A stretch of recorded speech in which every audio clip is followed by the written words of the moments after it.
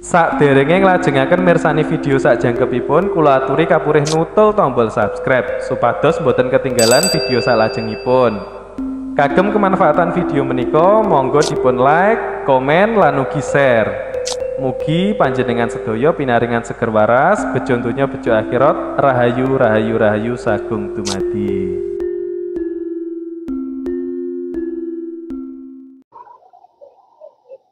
Matur sembah nuwun.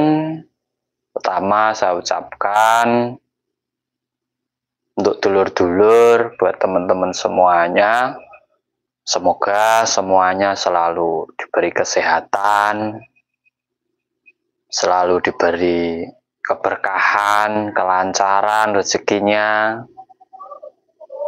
Dan buat teman-teman yang menjalankan ibadah puasa, selamat menjalankan ibadah puasa. Semoga ibadah panjenengan semuanya selalu diterima oleh Tuhan semesta alam dan akan memberi dampak yang positif pada kehidupan panjenengan semuanya. Terkadang kita sering mendengar di luar sana bahwasanya katanya orang-orang yang sudah bermakrifat mereka tidak melaksanakan puasa. Nah, di sini nanti kita akan bahas apa sih puasa sebenarnya menurut orang-orang yang sudah makrifat gitu.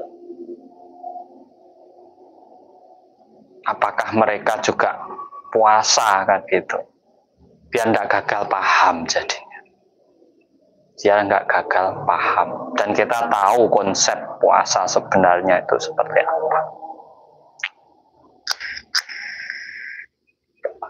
Tapi sebelumnya jangan lupa dibantu like-nya, subscribe yang belum subscribe, share. Mungkin akhir-akhir ini saya jarang bikin video karena lembur pembangunan Padepokan ataupun Paguyuban Surya Nusantara yang nantinya di malam satu suro siapapun boleh hadir di sini, belajar bareng di sini, meditasi, pernapasan, monggo belajar di sini gratis, khusus malam satu suro. Nanti silahkan ke Kediri, ketik saja Surya Nusantara Kediri, muncul di Google Map. Nah, puasa menurut orang-orang yang sudah menemukan dirinya, menemukan gustinya, justru puasa orang-orang yang sudah bermakrifat itu tidak hanya di bulan-bulan tertentu. Jadi kalau orang makrifat tidak melakukan puasa itu salah. Justru orang-orang yang sudah bermakrifat setiap saat dalam hidupnya dia selalu berpuasa.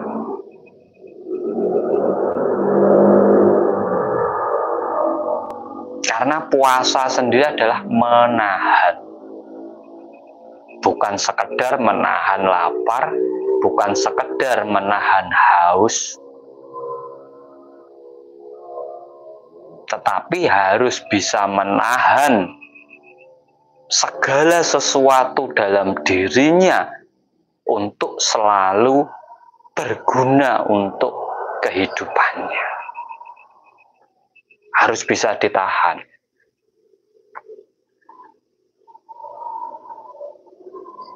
Karena orang-orang yang bermakrifat, dia sadar tentang syariat. Kalau orang bermakrifat meninggalkan syariat itu dia belum makrifat. Justru orang-orang yang makrifat itulah yang paham dengan syariat. Sebenarnya di situ. Jadi nanti kalau belajar ilmu makrifat kita meninggalkan syariat, ya enggak. Justru lebih mantap dalam syariatnya. Nah, syariat itu kan tatanan, aturan yang membawa orang untuk selalu dalam kebajikan.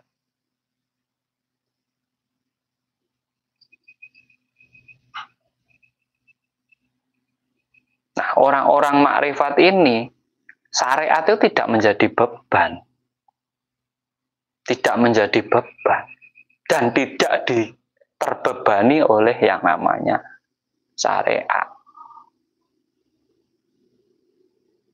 Karena orang baik itu tidak terbeban oleh aturan.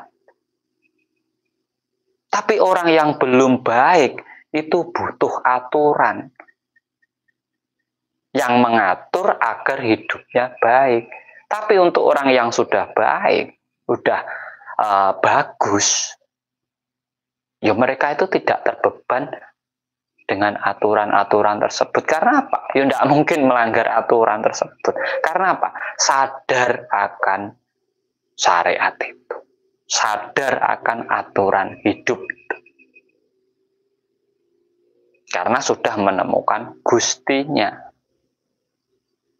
Bagus dalam hati, bagus dalam latih ataupun pengucapannya, bagus dalam pakerti ataupun budi pekertinya.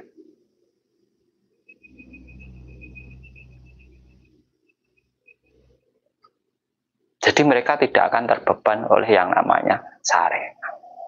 Nah ini setiap saat makanya selalu melakukan puasa, menahan rasanya agar selalu dalam kebajikan, menjaga matanya untuk melihat sesuatu yang baik, menjaga telinganya untuk mendengarkan hal-hal yang positif, menjaga nafasnya agar hidupnya selalu ada gunanya untuk yang lainnya, menjaga kakinya untuk berjalan di jalan yang ada gunanya untuk semuanya, menjaga tangannya untuk berkarya. Nah, orang-orang makrifat ini menahan semuanya ini. Karena Pak sadar akan penciptaannya, sadar akan dirinya. Di saat orang sadar akan dirinya, ya tentu dia akan tahu diri. Tanpa ada aturan pun dia sudah tahu diri. Tidak harus gini, tidak harus gini, tidak harus gini, tidak harus gini. Ya karena yang bikin syariat itu kan orang makrifat. Orang-orang yang sudah sangat dekat dengan Tuhannya bisa membuat aturan.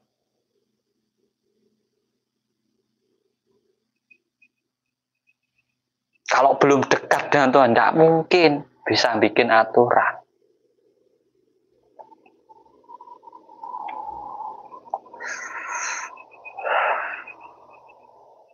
Makanya panjenengan kalau masih terbebani oleh aturan, berarti sampean harus sadar bahwa sampean belum baik. Karena orang-orang yang sudah bagus itu tidak terbeban oleh aturan apapun. Aturan agama, aturan masyarakat, aturan negara, tidak terbeban. Karena apa? Ya memang sudah bagus.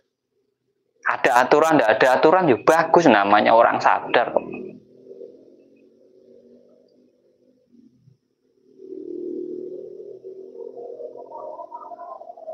Nah, itu yang harus jenengan pahami tentang namanya puasa, menahan. Tidak sekedar lapar, tidak sekedar haus, tapi segala sesuatu yang ada dalam diri panjenengan agar selalu dalam kebajikan. Bukan baik, kebajikan, kebagusan. Karena orang baik itu belum tentu bagus. Tetapi kalau orang bagus, pasti baik.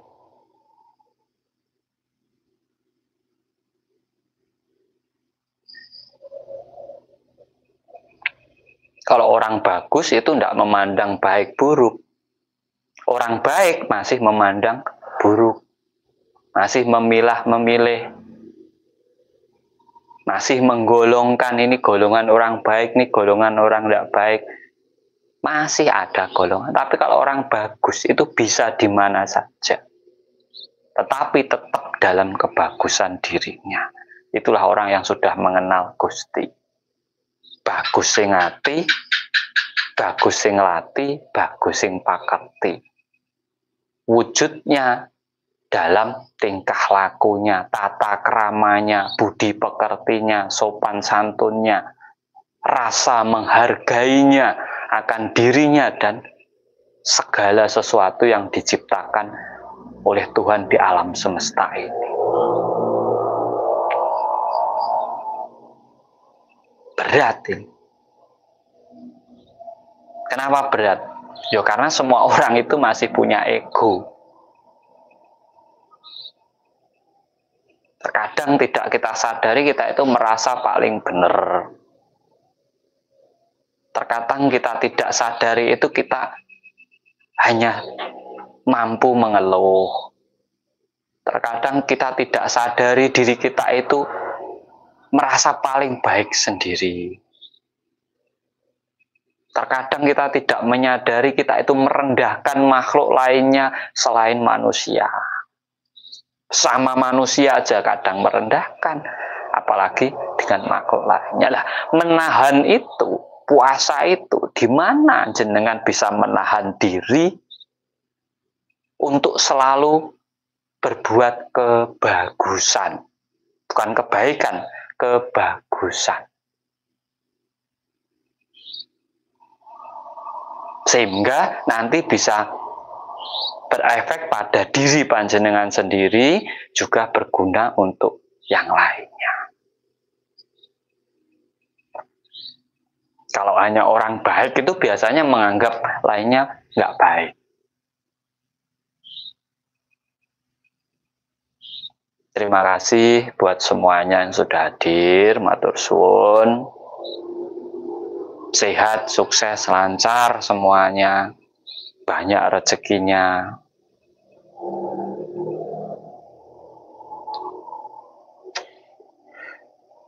Makanya seharusnya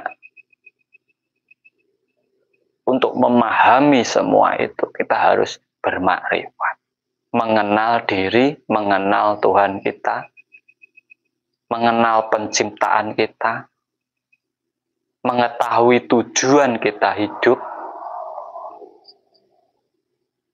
Harusnya kita mengenal. Harusnya. Terkadang orang itu hanya kenal. Sok kenal. Dikenalkan.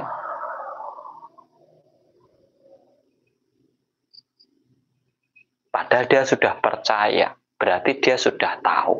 Orang yang percaya itu pasti sudah tahu. Nah, orang makrifat ini orang yang tahu, yang paham, bukan hanya kenal, tapi paham. Siapa yang mencipta kita, dari apa, tujuannya untuk apa.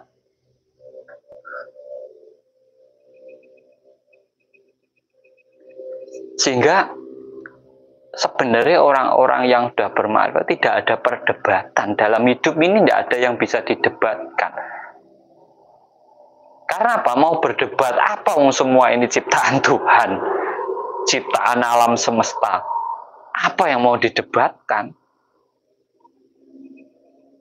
Nggak ada yang perlu didebatkan dan nggak ada yang perlu disalahkan.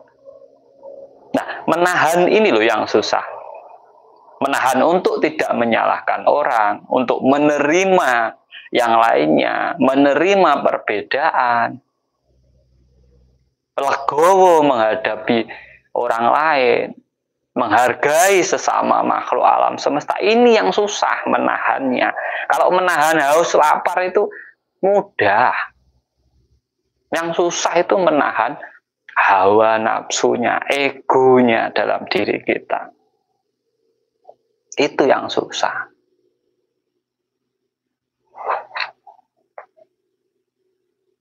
Makanya jangan rugi belajar makrifat itu, nggak ada ruginya. Harus makan. Orang itu kalau bertuhan harus makrifat. Mengenal kedekatan dirimu dengan Tuhanmu itu penting. Lah sampean kalau nggak tahu itu, ya masih bingung nyatanya. Terombang-ambing sana, sini, ikut-ikutan sana, ikut-ikutan sini. Dianggap baik, diikuti. Dianggap tidak baik, dijauhi. Itu kan anggapan kita. Baik buruk itu yang berhak menilai kan bukan manusia.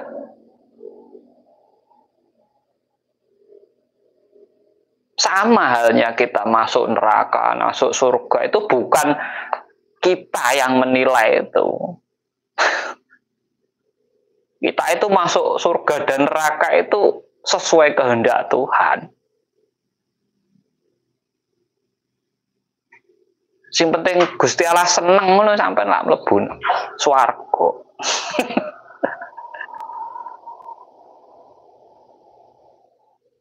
Lha swarga itu kan karekne Gusti Allah, tergantung Tuhan kita. Kalau Tuhan kita seneng, ya sampeanku pasti ora perlu dihitung lagi. Karena Pak Tuhan seneng dengan dirimu. Ya, tugas kita kan membuat senang Tuhan kita, membuat bahagia Tuhan kita. Itu tugas kita. Jadi Gusti Allah seneng, opo to sing ora diwehke wong seneng kok, wong suka kok.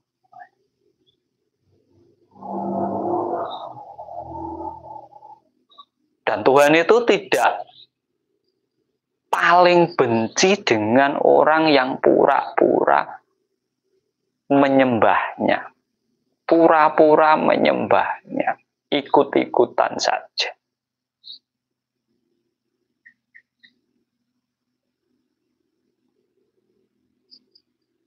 Nah, ini manembaho marang Gusti kanthi wujud jalmo manungsa kang sejati. Beribadahlah kepada Tuhanmu sebagai wujud dirimu yang sebenarnya. Sebagai apa? Manusia.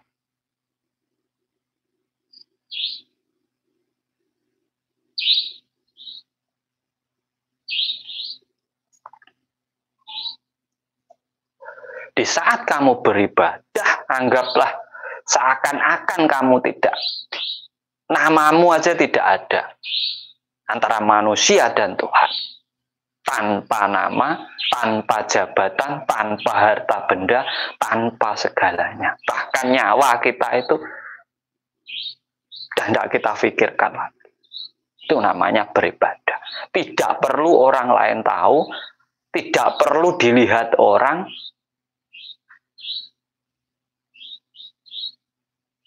Karena kalau kita dipuji orang karena ibadah kita gagal sebenarnya. Sampai dapat pujian dari manusia. Ya, kita beribadah itu agar Tuhan seneng kok. Bukan manusianya yang seneng, Tuhannya yang seneng.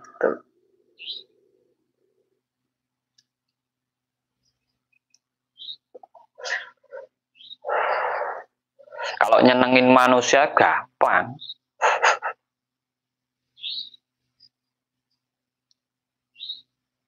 sesama manusia apa gampang. Susah nyenengin kambing, nyenengin tumbuhan, menghargai tanah, air, susah. Kalau sama manusia seneng. Manusia itu kalau diajak seneng cepet tak. Iya.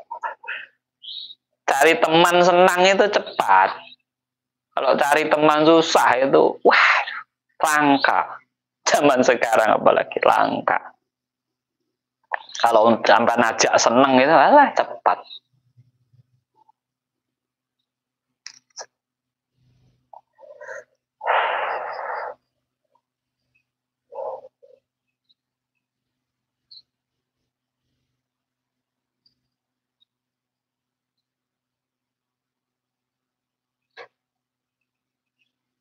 Beribadah yang benar itu hanya kamu dan Tuhanmu yang tahu. Itu baru beribadah benar.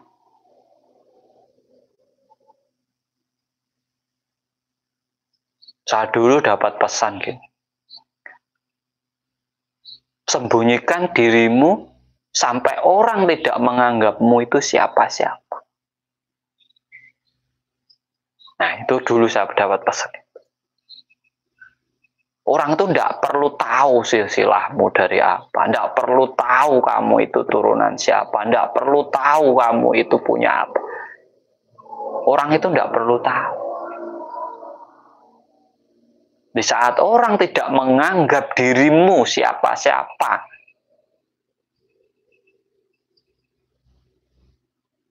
jempol sampai. Tata caranya simple, sadar.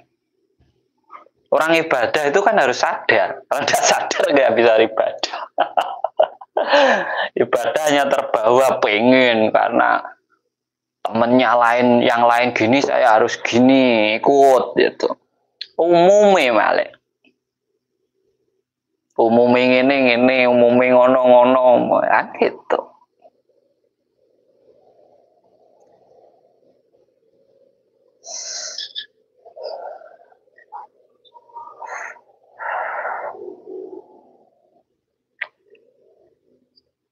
Jadi jangan umumnya. Hidup kita aja ndak umumnya kok. Ndak mungkin sama dengan yang lainnya kok. Perjalanannya ya pasti berbeda-beda. Tujuannya ya berbeda-beda. Kalau mati kembalinya sama. Tapi perjalanan hidup itu ndak mungkin sama. Sama belajar spiritual gitu lah. Hasilnya itu ndak mungkin sama.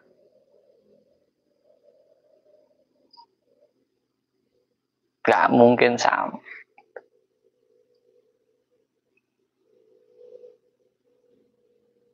Orang yang benar-benar beribadah kepada Tuhannya, dia itu punya tatanan dalam dirinya. Sehingga bisa menahan segala sesuatu yang ada dalam dirinya, entah itu matanya, nafasnya, telinganya, mulutnya, tangannya, kakinya, agar selalu di jalan keberkahan Tuhannya. Menahan ini loh yang dinamakan puasa. Setiap saat, setiap detik kita itu melakukan yang namanya menahan. Itu kalau kita paham. Ya bahasa rile yo nahan mergo utange oke. Nahan mergo durung mangan. Nahan sesuk anake bayar sekolah. Nahan mergo punya cita-cita. Karena punya cita-cita pengen beli mobil, udah ditahan. Gajinya disimpan. Itu kan menahan juga.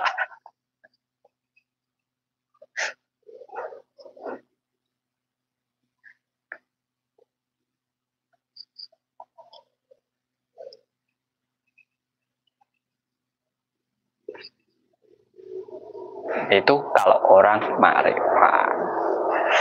Kita harus sadar siapa yang menciptakan kita, siapa yang menghidupi kita. Itu harus sadar. Sampai kalau sadar ini, sampai akan menghargai semuanya tanpa terkecuali. Tapi kalau belum sadar tentang penciptaan yang menghidupi, ya susah. Susah.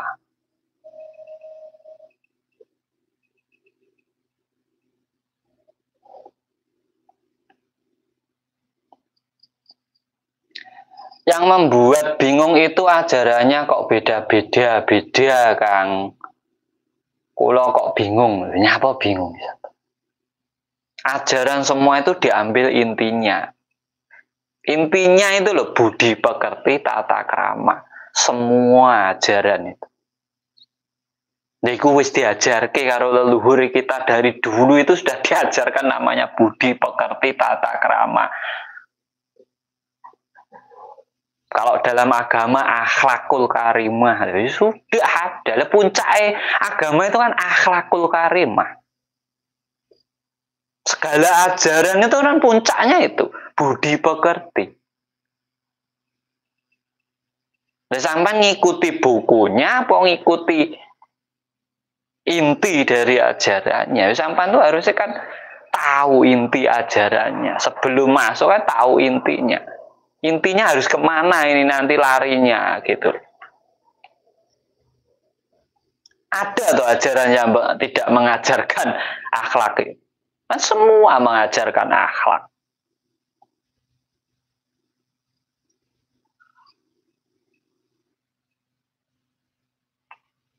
Puncak spiritual itu juga akhlak kok. Budi pekerti kok. Puncaknya orang spiritual itu budi pekerti, bukan suwung. Ya, kalau suwung itu nggak ada apa-apa. Barang rano apa-apa, sambat, bingung. Aduh, orang ada beras, nggak punya beras, nggak punya uang, nggak. Yang suwung kok. Makanya suwung iku isi. Ini sampean wis suwung dan isi dan cepat-cepat dikasih isi. Berasnya entek, kalau berasnya habis ya cepet-cepet gimana caranya dapat beras lagi biar isi. Suwung.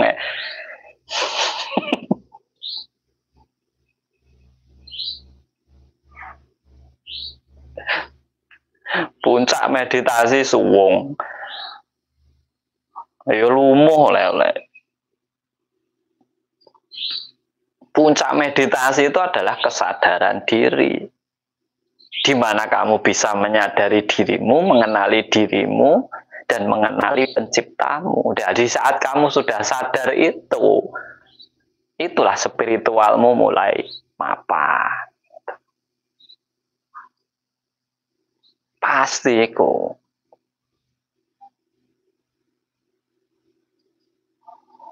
Apa sadar itu ditahan atau tidak? Lu sing nahan sadar gitu ya, so. Nek kowe sadar ya iso nahan. Contoh, besok anakmu bayar sekolah 100.000. Kamu punya uang 100.000. Pengen ke warung. Ya karena kamu sadar besok anakmu bayar, akhirnya kamu tidak jadi ke warung. Karena kamu sadar. Oh iya ya, besok anakku bayar sekolah untuk bayar anak. Lah, itu sadar sampean. Ini contoh nih, contoh.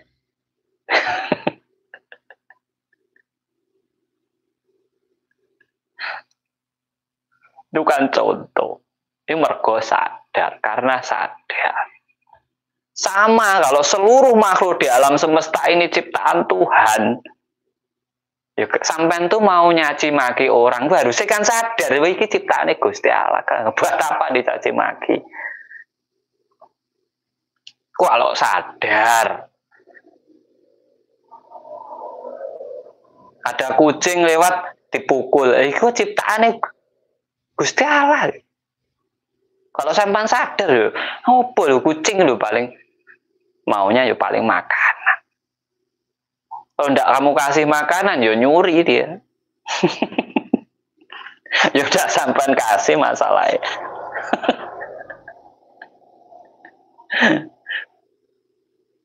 Iku ndak sadar, Mas. Lho nek nafas sih nyapu disadari, ora sadar lho sampean yo ambekan. Contohnya wong khilaf kayak yo ambekan, Mas. Nyapu sampean sadar.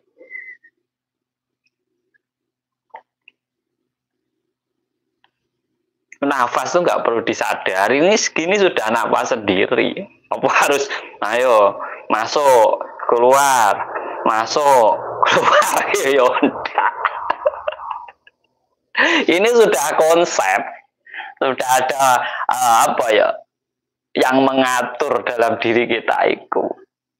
Sampai bisa bernafas itu karena ada yang mengatur dalam diri jenengan. Kalau tidak ada, itu nggak ada. Contoh orang meninggal itu karena yang ngaturnya sudah berhenti. Anginnya tidak masuk, tidak bisa keluar.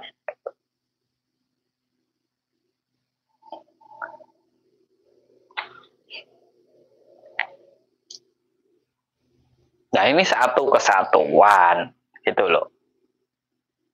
Satu kesatuan dinamakan manunggal.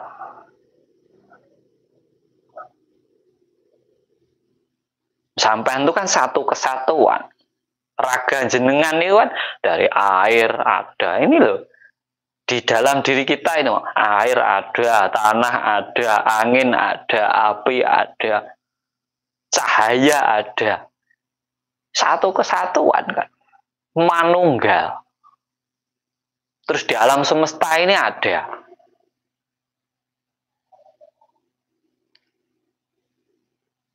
Masa tidak sadar kan ya lucu.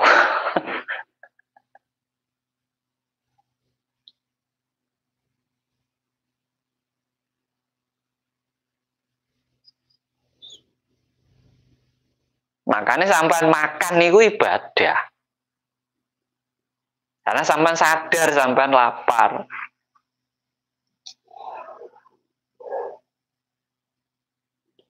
Sampean ndak mukul orang iku wis sampean bertakwa. Masalahnya apa? Tangan itu ndak bagus untuk mukul orang. Kalau untuk berbagi bagus.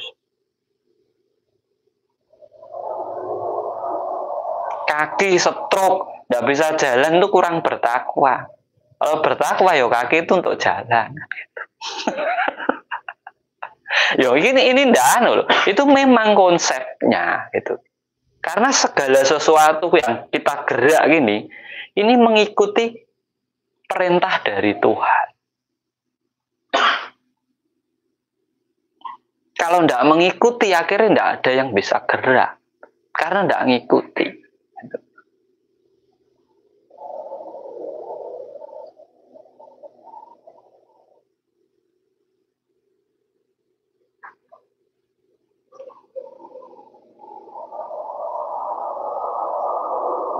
Sampan kalau pengen jelas juga ke sini loh, Mas.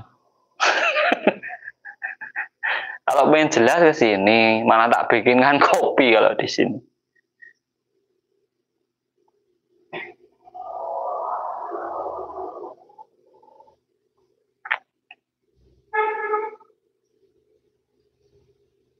Kalau cahaya dalam diri kita di mana, Kang Tro? Lho dari matane sampean niku, nek cahaya nih iso ndelok sampean. Bisa lihat sampean kalau nggak ada cahayanya.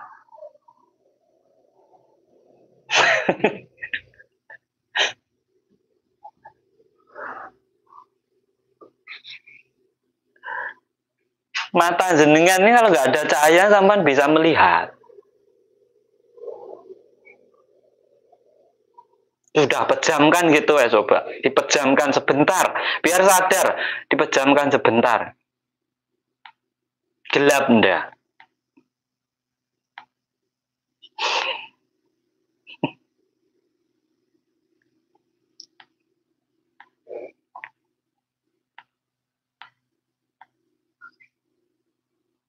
Makanya dinamakan pencerah dunia. Mata.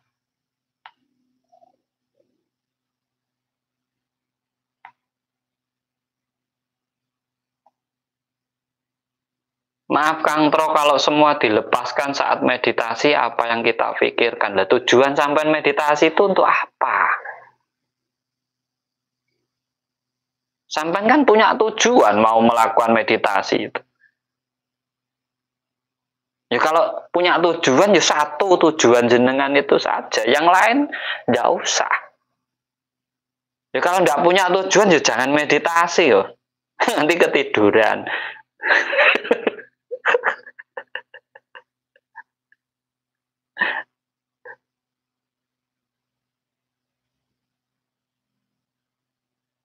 Mbah Nun, semuanya sudah hadir. Sama kan, jenengan ibaratnya mau ke alun-alun gitu. Kan sampai jalan ke alun-alun. Yang lain kan tidak sampai nirokan. Ya kalau sampai nirokan warung ya tidak sampai ke alun-alun, nanti paling belok ke warung ayu gitu. Tidak sampai alun-alun lagi.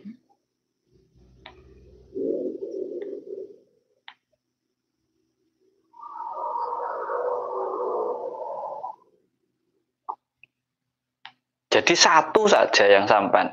Apa tujuanmu melakukan meditasi? Itu yang sampan pikirkan dalam meditasi, sampan renungkan, sampan cerna, sampan kaji, sehingga nanti sampan akan mendapatkan pencerahan di situ. Akan mendapatkan petunjuk di situ. Itu meditasi. Meditasi biar suwung Kang, terus rande beras bingung apa. Suwung. Lah kok suwung iki?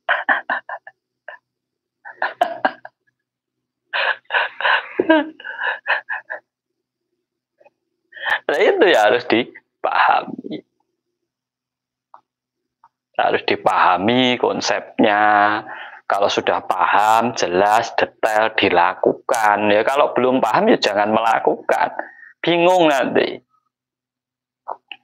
Ketemu cahaya, Kang. Ada suara, Kang. Ya konsepnya itu loh tidak paham. Itu perjalanan. Ya memang nanti pasti ketemu seperti itu.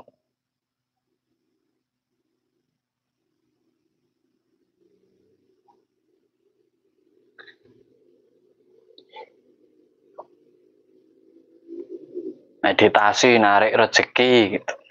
Berarti yang difikirkan adalah bagaimana rezeki datang kepadamu. Terus apa yang kamu lakukan? Apa hanya cukup duduk diam? Apa hanya cukup berdoa? Kan ya juga harus ada gerak usaha. Kalau kamu tidak pengen jual tenaga, kamu punya karya apa? Kan gitu harusnya. Karya apa yang bisa saya buat? Nah itu dalam meditasi harusnya gitu. Oh gini, besok bikin tempe aja lah. Oke, bikin. Datang rezeki.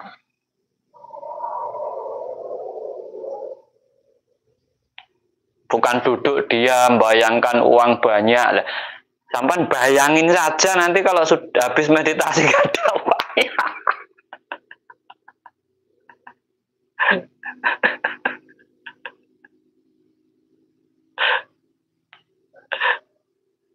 Ada loh gitu ya. Anu Kang Tro. Katanya duduk diam, bayangkan uang di hadapan kita banyak gitu. Dan bayang ketok gopo. Nanti bangun uangnya ndak ada. Kecewa lah. Cari cara. Konsepnya apa sehingga bisa mendatangkan uang. Apa kemampuanmu, apa karyamu. Orang hidup itu nilainya kan karyanya. Karyamu apa? Itu yang akan menghasilkan dalam hidupmu.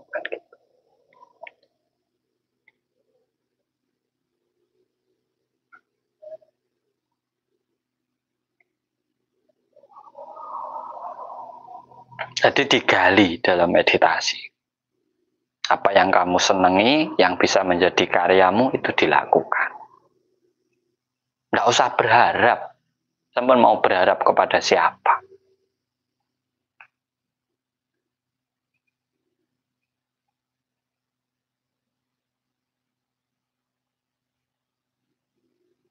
bangkitkan, bangun segala sesuatu, potensi dalam diri jenengan lewat meditasi ini tadi. Gitu.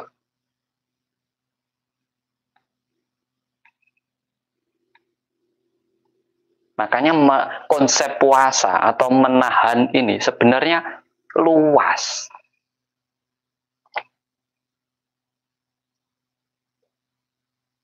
Nggak ada ngaruhnya, Mas. Tidak ada pengaruh apa-apa.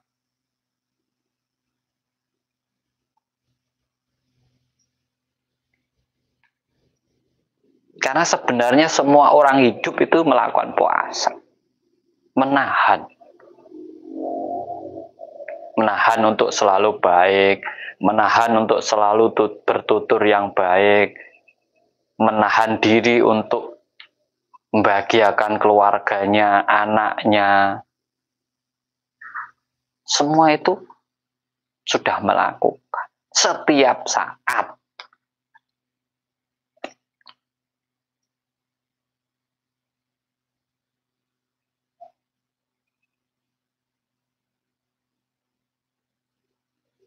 Di saat kita sadar.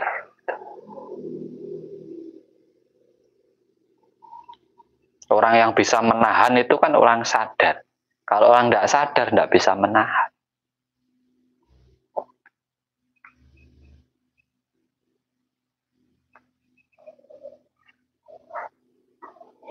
Itu konsepnya, Mas. Sebenarnya di situ. Jadi buat panjenengan semuanya, tidak ada salahnya kita belajar ma'rifat, mengenal diri dan Gusti kita, mengenal diri dan kemanunggalan kita dengan alam semesta. Di situ kita akan lebih paham konsep hidup yang sebenarnya. Di situ kita akan lebih menghargai diri kita dan apapun yang ada di sekeliling kita. Di situ kita akan lebih bisa menahan hawa nafsu kita. Karena apa? Kita paham dengan yang lainnya. Karena apa yang kita anggap baik belum tentu orang lain baik. Yang kita anggap benar belum tentu orang lain benar. Segala sesuatu yang membahagiakan diri kita belum tentu membahagiakan yang lain.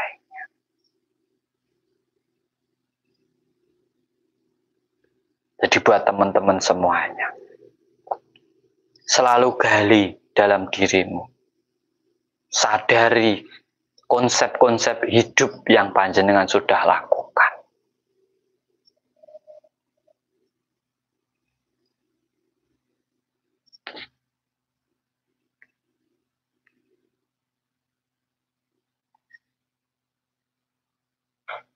Nasibmu hanya dirimu sendiri yang mampu merubahnya.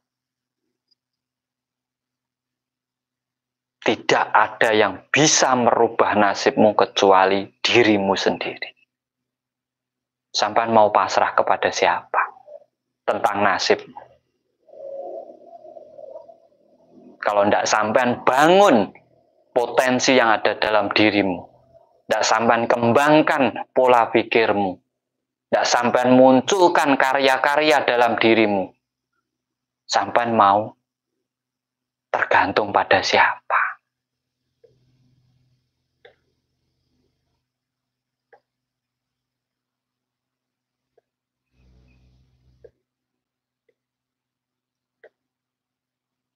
Tidak ada yang bisa merubah nasibmu kecuali dirimu sendiri. Yakin dengan dirimu sendiri, percaya pada dirimu sendiri. Kalau sampean memang benar-benar yakin dengan Tuhanmu, lakukan sesuai keyakinan yang ada dalam dirimu sendiri. Karena Tuhan selalu bersama kita. Selalu bersama. Di saat dia jauh, berarti sampean meninggal. Karena kita hidup, ada yang menghidupi. Kalau yang maha menghidupi ini pergi sesaat saja, maka kita tidak hidup.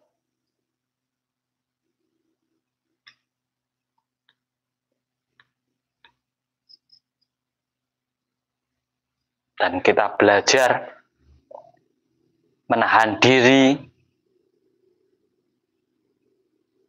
berpuasa secara luas,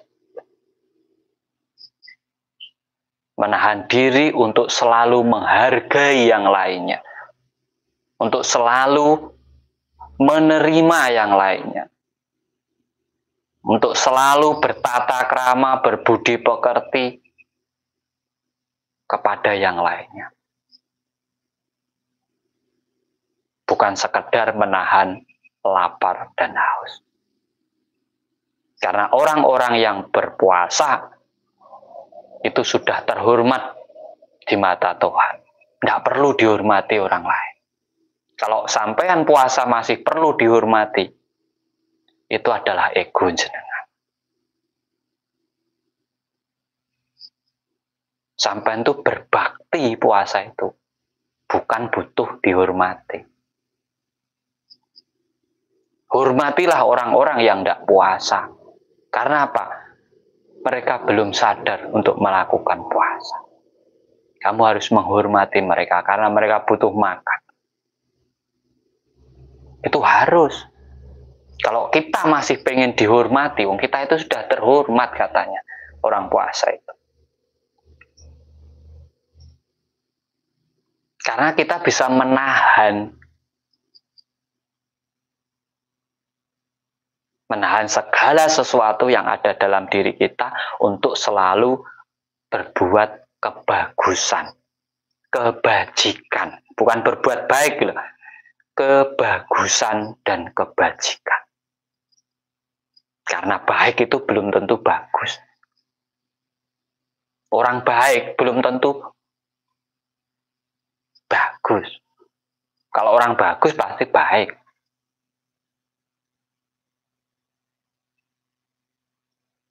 Karena terkadang sekarang itu orang baik hanya ngumpuli yang baik-baik. Yang tidak baik tidak dikumpuli.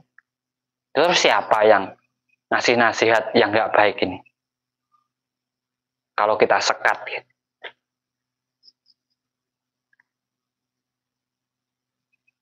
Nah itulah hidup. Semua yang hadir di live ini, yang sakit segera diberi kesehatan, yang rezekinya belum lancar dilancarkan dari segala arah penjuru mata angin, yang dagangannya lagi sepi laris kembali, yang keluarganya lagi bermasalah rukun kembali, yang belum punya jodoh segera dipertemukan jodohnya, yang belum punya keturunan segera dianugerahi keturunan, yang punya cita-cita dan hajat dalam hidupnya segera terwujud, disaksikan oleh langit dan bumi. Dari saya terima kasih. Salam cerdas, salam rahayu, rahayu, rahayu, sagung dumadi.